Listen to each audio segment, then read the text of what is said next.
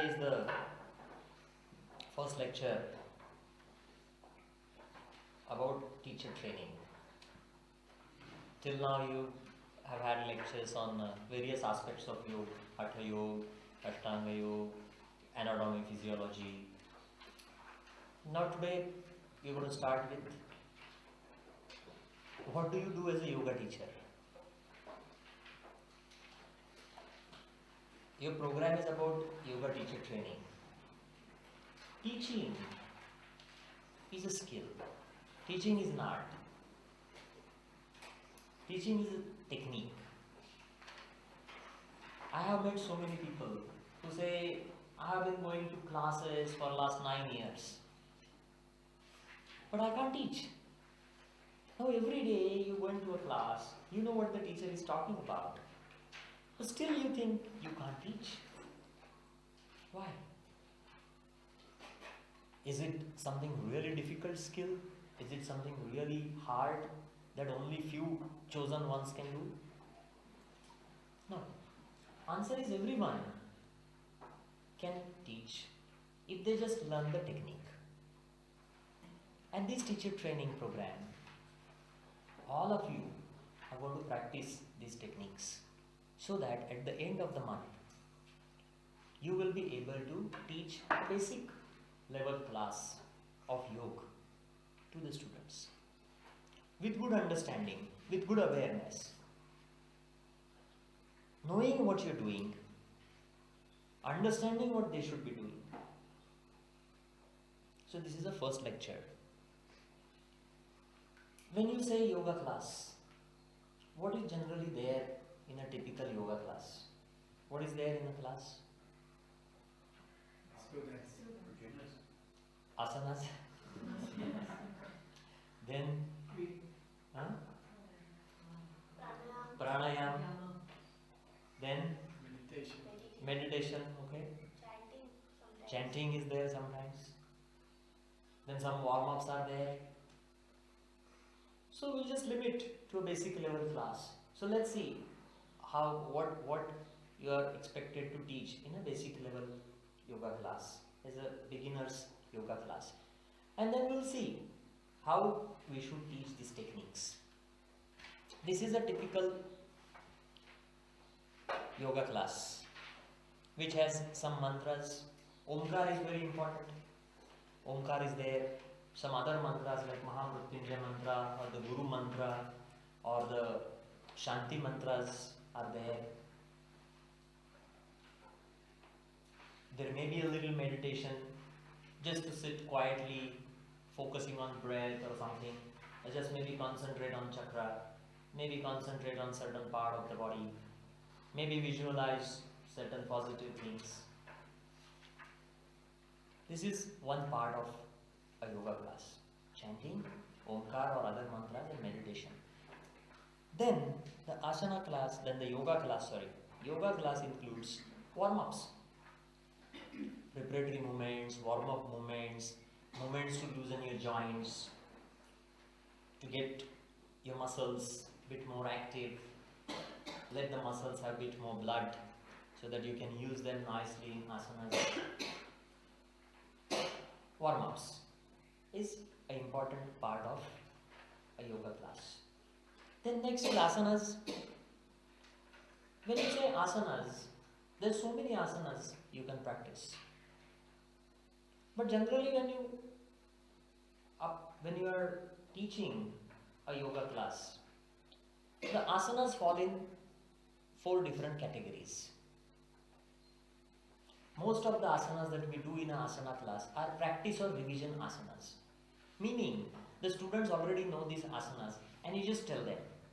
Like today morning you did a class and the teacher said, okay, let's do Sarvangasana or shoulder stand. And you knew it. You knew how the position is. You knew the alignment, where the back should be, where the hand should be, how the neck should be, how the shoulder blades should be. You knew all of it. So the students know and the teacher just takes a practice. This is first category of asanas that are done in yoga class. The second category of asanas is specifically you do some asanas for long duration, say 2 minutes, 3 minutes, and you tell the student, today we are going to practice 2-minute half spinal twist. So the student knows that I am going to hold it for long. And then a guided commentary is given about alignment, about focus on the breath, about focus on the body parts, stressed body parts, active body parts. This is one another type of asanas that are conducted. Third category of asanas is long duration asanas. Warm-up asanas. For example, when I am doing strong pose like shoulder stand, I probably start with inverted pose, Viparit Karni, as a warm-up pose. If I am doing a full half spinal twist, then I begin with a twisted pose, just as a warm-up pose. So when I am doing the difficult asana, I do some warm-up pose. That is another category of asana. And then the fourth category of asana, which may not be there all the time, but it is a very important category, new asanas. You teach your students new asana. So they don't know anything about that asana. Say now in the first week you have completed many asanas mentioned in the Yoga Pravesh section, the first section of your program. And you don't know Shirshasana, headstand. So in the second week, we are going to start teaching you Shirshasana. So when we teach you, that is a new teaching, new asana. That can be there in any asana, any yoga class. You're clear with these four categories? Can you put the asanas that you do in a class in these categories? This is about asanas. Then pranayama. Pranayama generally falls in three categories. First is a dynamic pranayama, which generally is fast breathing or Kapalbhati or Bhastrika pranayama. Dynamic pranayama, fast inhalation, fast exhalation. Then the second type of pranayama is balancing. Balancing pranayama is alternate nostril breath. Nadi Shuddhi pranayama, Nadi Shodhan pranayama. Left inhale deep, right exhale deep, right inhale long and deep, and left exhale long and deep. This is balancing pranayama, right nostril pranayama. Nadi Shuddhi pranayama or Anulom Vilom. And third category of pranayama is relaxing pranayama, which may include Brahmari, Ujjayi, Shitali or Sitkari. Shitali, Sitkari are cooling types of pranayama. So this is generally what you teach in a class. The asanas that I am talking about can again be further divided into other types of asanas. Forward bends, back bends, side bends, twists, inversions, balancing positions, relaxing positions, meditative positions, and stretches. I have given you 9 categories. So this is what a yoga class will look like. Am I clear with this? Now, from the next week, we are going to start teaching these small techniques. So I am going to give you details of those micro lessons. We call it micro lesson. I'll explain what micro lesson is. But when you teach this yoga class, what do you need as a teacher? You should be able to teach a technique, any of this pranayama, any of these asanas, chanting of omkar, chanting of mantras. You should be able to teach your students. So the teacher should have the skill to teach all these techniques. The teacher should be in a position to take a revision of what he has taught. Just make them practice what you have taught. You should be able to make corrections and alignment. When students practice, you should be able to correct them. If someone is saying omkar wrongly, you should be able to correct their omkar. If someone is not able to align properly in half spinal twist, you should be able to go and align that person properly into half spinal twist. Then next, you should be able to answer the questions. If someone asks you why you say roll your shoulders back in Bhujangasana, cobra pose. You should be able to tell. Rolling back your shoulder is you're removing that drop in the shoulders, which is hunch, which is not a back bend. If the spine is back bending, then the upper part of the spine should also do the back bend. And that is not happening if you drop the shoulders. So if you roll back the shoulders, the back bend is complete. You should be able to answer that. Or if someone asks you what about this pranayama, you can tell them what are the benefits and precautions of the pranayama. So whatever techniques you're teaching, they can ask you questions. You should be able to answer those questions. You should be able to motivate students. Motivation is very important. If 10 students come to your class, 2 are very good.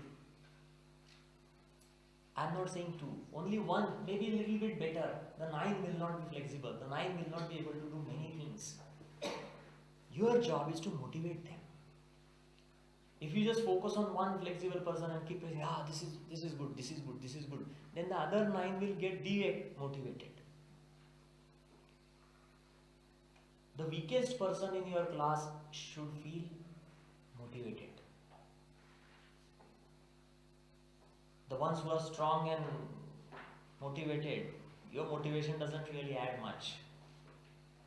So motivation is important. And also you should be able to share experience with people. Someone comes to you with some problem. You should be able to share experience. You should be able to comfort them. You should be able to give examples and make them feel good about what they're doing. And if they're doing something wrong, correct them and then motivate them. So this is what is expected from a yoga teacher. Now moving on, the techniques that I discussed, these warm-ups, omkar and mantras, asanas and pranayama, we need to practice each of these techniques so that you will be able to conduct a complete class. And that's why we have arranged 11 micro lessons for you. What is a micro lesson? Micro lesson is a small technique where each of you stand up and teach that small technique to the rest. But because there is a group of 15 and 15 is a big number, so we are going to divide those 20, you are 20, so we are going to divide 20 into say 3 or 4 groups. What you will do in those groups? Say a group of 5. A group of 5 will get together. One person of the 5 will teach, say how to chant omkar. The rest 4 will follow. Then the next person from the 5 will get up and he will teach. So all 5 taking turns will teach. And this is very, very comfortable technique because you don't have to get worried because everyone is going to stand up and do it. And if you're scared that someone will laugh at you if you make a mistake, then you have a chance to laugh at them. So no problem. Apart from fun, the important idea is you are trying to build your confidence by making mistakes in that small group. And will give you guidelines as to what you are expected to do there. The micro lesson will not, you will not conduct a session for more than 3 or 4 or 5 minutes. That's it. If I tell you to talk for 1.5 hours or 1 hour, you will be very stressed. But if I tell you just prepare, you have a whole day to prepare and you have to talk for 3 minutes. Can you do that? And you can have notes, no problem. This is micro lesson. But when I am in a group of 5 and I am teaching, my 4 friends are sitting in front, what are they doing? Are they just following my instructions? They are following my instructions, but at the same time, they are evaluating me on certain guidelines. Not evaluating as such, but just trying to see what I am doing. And then at the end, each of these 4 will give feedback to me. I am sitting here in my group, Andrew is there, Vivo is there, Kushbu is there. So when I finish, Andrew will say, okay, you did this, but you forgot to mention this important instruction. For example, say he will tell me I forgot to talk about breathing. Then maybe we will say, oh, but this asana instruction you gave was quite good. Maybe she will give some other constructive feedback. And this will enrich my experience. So this micro lesson system is nothing but a group work. Me getting in small group and the group supporting me. And then when I sit there, I support others. This technique has proven that it is very powerful to instill confidence in everyone. We have had no one who complained that at the end of the month I can't teach 1 hour class. This is a great achievement of this technique. And this technique our Guruji has designed from the education methodology. So it's not something very new, but he is the first one to apply that education methodology into yoga education. And you will all definitely will not be exceptions. You all will be able to do 1 hour lessons if you sincerely participate in these micro lessons. And it's a very joyful experience to be in the group. You have fun, you give nice feedback, you have discussions, healthy discussions, constructive feedback, not just criticism or not just praise. Some groups get into the mode where everyone just praises. So all this group of 4 of us, maybe you will say you are the best, like the very good commentary. He'll say, yeah, your instructions fantastic. She'll say, yes, there is nothing better than that. What is the use of these instructions? I just start thinking, oh, okay. I didn't know. Now I know. Do it.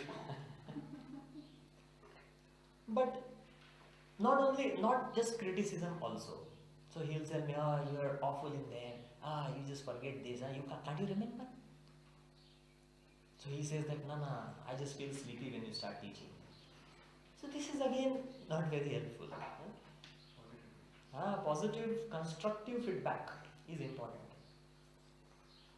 To give the feedback, I'm going to give you what to do. To be able to teach, I'm going to tell you what you need to do.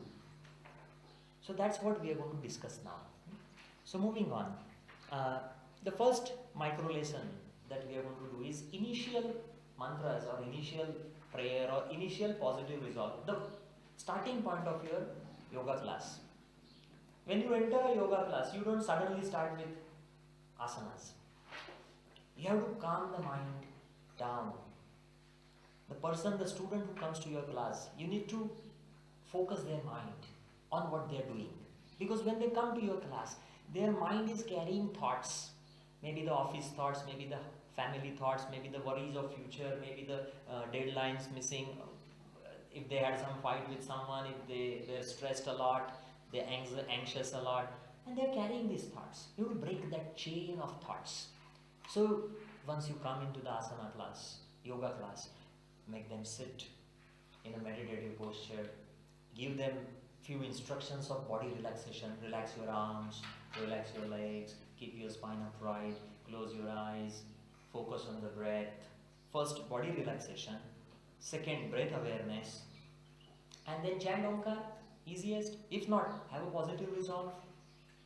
I am healthy, I am feeling peaceful, I am feeling confident. All good positive visualizations.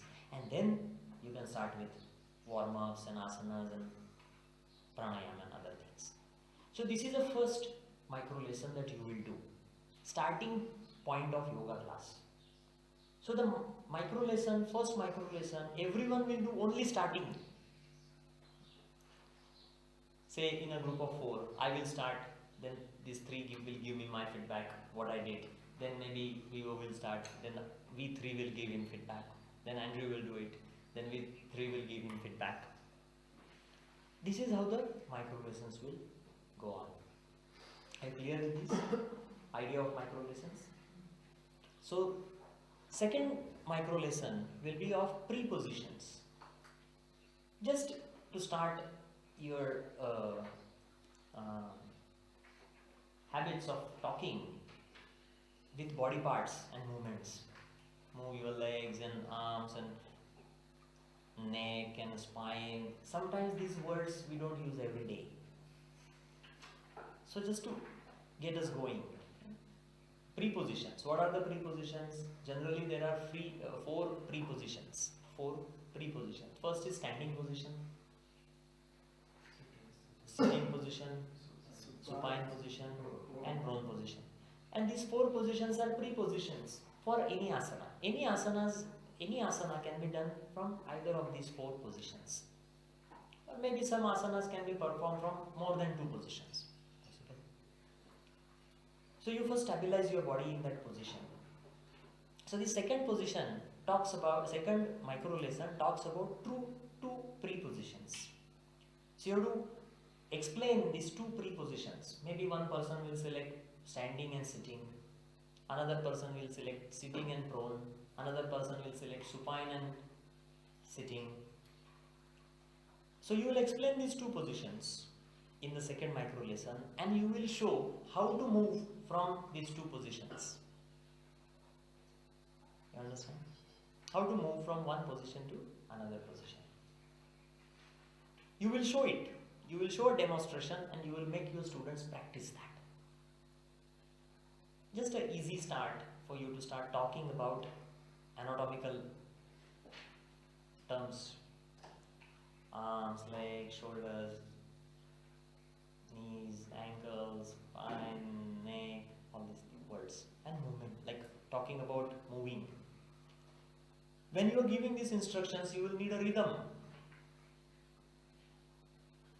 The instructions have to be rhythmic. You can't say, okay, move your legs.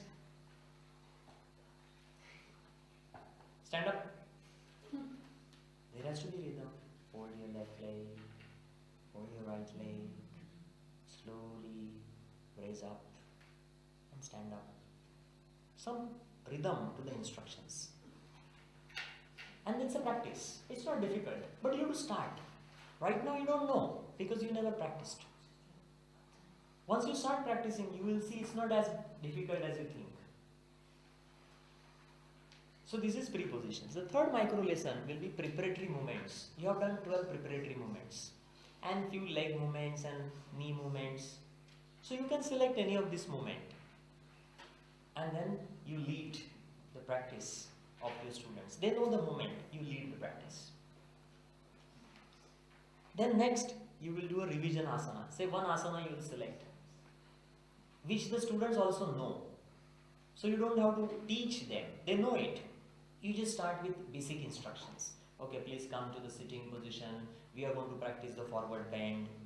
And then give the instructions to practice forward bend. Raise your arms, inhaling, stretch your whole spine up, and then slowly bending forward, exhaling, try and grab the toes.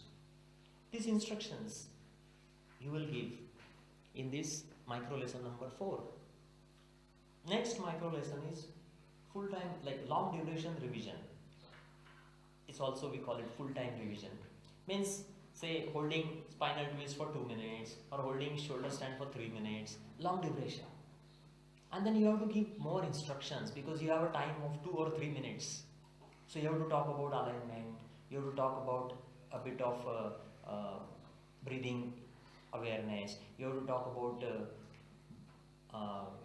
time instructions themselves. If you say 2 minutes, the students want to know how much time is passed. Say maybe half time is over, half time remaining. So all these instructions will be added into this next micro lesson. Little bit more to talk. Then next is warm up revision. So you are taking a practice asana for difficult asana. So you give more instructions because you have to discuss 2 asanas. I am trying to do the warm up pose as Viparit Karni or inverted pose for shoulder stand. So I have to talk about inverted pose also, and I have to talk about shoulder stand also, because I want the students to mentally prepare. So there's bit of more talking involved in this warm-up revision. So that's the next micro lesson. Then 7 number micro lesson is teaching new asana. Now teaching new asana involves lot of talking, because you have to tell, you have to first give the benefits of the asana, then you have to give the precautions of the asana, then you have to show the demonstration to the students. While you are showing demonstration, you should show do's and don'ts, what you should do, what you should not do. You should show alignment through these do's and don'ts. What are they expected to do, what are they not expected to do, and then you have to make corrections. So it's quite a long teaching, new teaching asana micro lesson. Then another micro lesson of teaching new asana we have included. So teaching new asana, because it's a long one, you're doing it for 2 times, different asanas, so you get enough practice. Then the next is sun salutations. Now sun salutations, 10 positions, and every position you have to discuss and describe, which is very long. That's why we have kept it towards the end, because you need a lot more preparation to talk about sun salutation. Then the next is pranayama, fast and deep breathing. Fast breathing is dynamic practice and deep breathing is relaxing practice. So this micro lesson we will practice last. So these are the 10 micro lessons, and 11th is the final chanting. But that we will not probably do it as a separate micro lesson. So mainly you will do 10 micro lessons like this. Now, while you are doing micro lessons, say I am doing my part, my group, my 3 friends are sitting there. They follow my instructions. But when I finish my micro lesson, they have a small paper next to them, and that paper has some columns written, and they just fill up those columns. And that I am going to discuss. We call it checklists. So they are checking if I have talked on all these points that I am supposed to talk on. So they are going to actually have some paper to put their notings and what I am doing and what I am not doing. For initial prayer, the Omkar chanting or the Guru Brahma chanting or the initial resolve, there is no paper, there is no need of any checklist or anything. Also for prepositions, we don't keep the checklist. But from next preparatory movements, micro lesson number 3, we start with checklist. This is how the checklist looks like. Preparatory movements. The first, you make a column on the left side. See, your left side is this side. So you make a column on the left side. Introduction, explanation, benefits, demonstration, precautions, instructions of practice, corrections, voice. This is the first column. The second column is the name of the person. Now we are a group of 4. So in my paper, I won't write down my name, because I'm not going to evaluate myself writing down, because I'm performing there. But I write 3 names. When Andrew writes, he's not going to write his name, but he'll write the other 3 names, and he will evaluate the other 3. So in a group of 4, you will have 3 columns. In a group of 5, you will have 4 columns, of each column belonging to your friend. These columns are there in your teacher training handbook. Someone tell me the page number. Maybe just search it. You will find it. You can just find it out. Checklist, micro lesson, the last of the micro lessons. After the last micro lesson, you will find the checklists. You found it? Yes.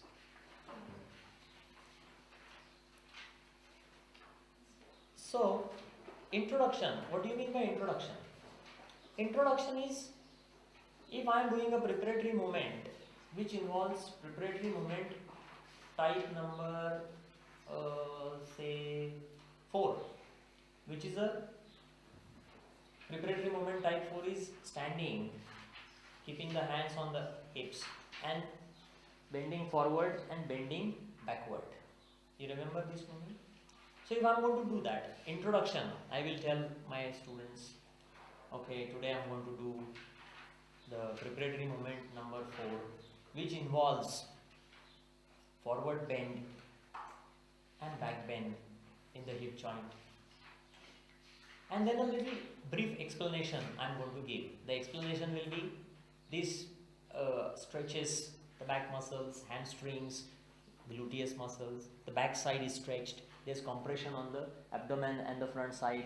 I'm keeping my back straight as far as possible while bending forward.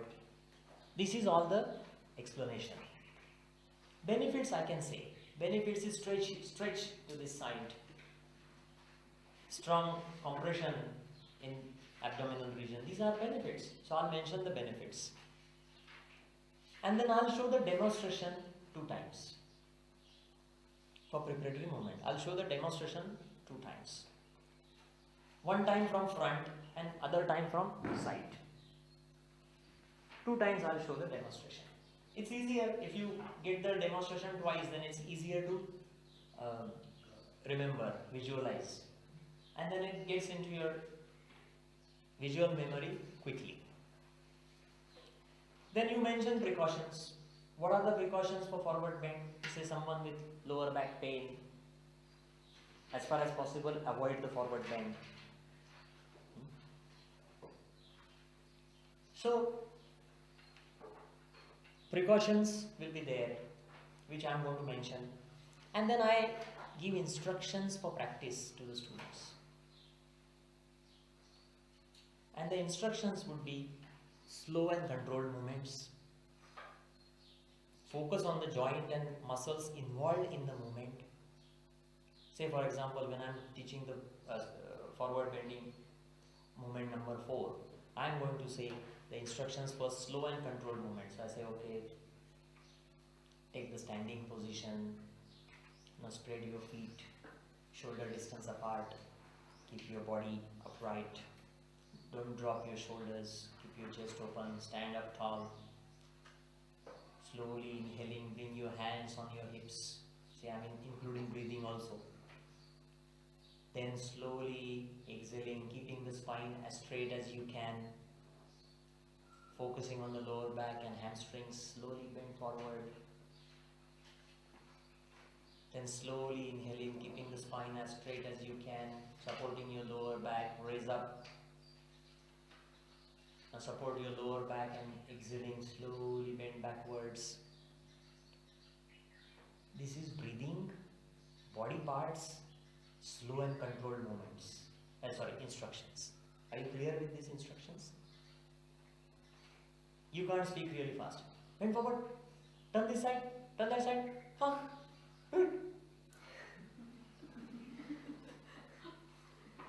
So get into the practice of very, very controlled instructions. Don't be too much. Slowly. Everyone will sleep. So just have your own judgment and you can give these instructions. This is a preparatory movement micro lesson. Do you have any doubts about this? Okay. Moving on. There's actually 2 more instructions, but probably for preparatory movements we will not go for corrections. But you can also write 1 column which is voice and how the instructions were. The instructions were too fast, the instructions were too slow, or the voice was confident, the voice was reaching, or maybe you can say, oh, the person, you feel like you're shouting a lot. Sometimes it happens. So you have to connect to every student. If it is too low voice, then people in the back, they can't hear and they are not interested. If you shout too much, then people don't like it. So you have to adjust to the conditions. So voice is also important. The feedback on voice will actually help you a lot.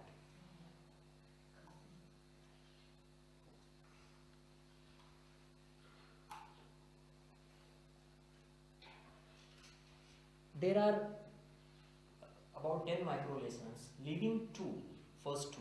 All the 8 have checklists. I'm not going to discuss all the checklists because they are self-explanatory. You can read it yourself and you can understand and you can put it in the column. At the end of these 10 micro lessons, we are going to check your notebooks where you have written down. And we are going to make sure that you have filled up these checklists. Because this is assignment. This is the teacher training assignment. How it's going to help you, I'll tell you. If you see that checklist, say you have a group of 5, 4 times you're checking that checklist. If you see it 4 times, then teaching that technique is very easy for you. Or doing that micro lesson or doing that technique when you start 1 hour lesson is easy. Because 1 hour lesson that you're going to do at the end of this course is nothing but all these micro lessons combined together. Just with different asanas, that's it. But the technique is same. You will do a chanting. You will start with some warm-ups. You will have some salutations. You will have some asanas, full-time asanas, revision asanas, new asanas to teach, warm-up revision, warm-up asanas to teach, to practice, pranayama to practice. So all these micro lessons will make your 1 hour asana a yoga class. So it's important that you follow this checklist in your micro lessons. So micro lessons will give you so much confidence and it will prepare you for that 1 hour. And those who write down the checklist very sincerely are the people who actually don't need any kind of notes and they can start teaching without notes. Because it's gone into the mind so many times. And your brain processes that if you're seeing it so many times. And it's not difficult to remember. So I would recommend that you make checklists, fill it up properly during the micro lessons and see the benefit. So the first micro lesson that you're going to do, I'm just going to discuss that briefly. The first micro lesson is about initial prayer or chanting or initial resolve. How to do it? First, how to do these micro lessons is all given in your teacher training handbook. Every micro lesson is discussed in details. And we are going to have little discussion, 10-minute discussion every day for the micro lesson that we are going to do next day. So, the first micro lesson is about initial prayer.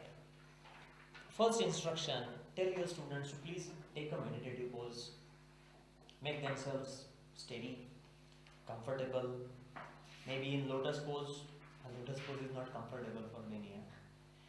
So maybe just cross-leg position, just half lotus or just thunderbolt pose, vajrasana or just any sitting posture which is keeping your spine upright. Shoulders, neck, head relaxed, arms relaxed, legs relaxed. Then chant the Omkar 3 times. Sorry. Before chanting, just give couple of relaxation instructions. Maybe relaxing the arms, relaxing the spine, relax the abdomen and chest, relax the legs, relax the face. Brief relaxation instructions, not like half an hour instructions. Just brief, 3 or 4, 5 instructions in 1 or 2 minutes. And then maybe 2 or 3 times focus on the breath.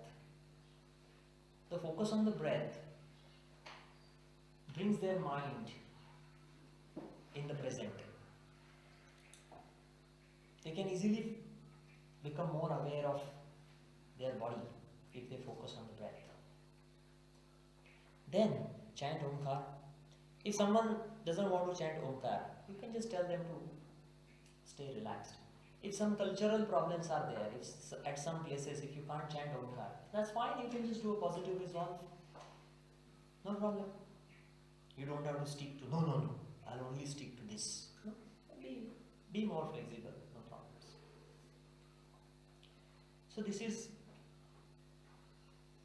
Omkar chanting. And then if you want, you can also chant the initial prayer. Guru Brahma is what we chant here, is becoming humble, offering your respect to the Guru. Guru is not a person. Guru is a positive energy that inspires you, that brings that light into your life and takes away the darkness, that negativity, takes it away from you. That energy of the Guru is what you are trying to have in this practice. If you don't want to do that, just focus on the breath and do few minutes of relaxation or meditation kind of awareness. Then tell them to release the meditative pose. That's it. Easy. Nothing else to do. And there is no checklist for micro lesson number 1 and 2. So I hope you have understood what are you supposed to do as far as teacher training is concerned in micro lesson section. There will be more teacher training lectures that will follow, but that will focus on deeper aspects of teaching. So I'm going to stop here, and if you have any questions you can ask me. Hari Om.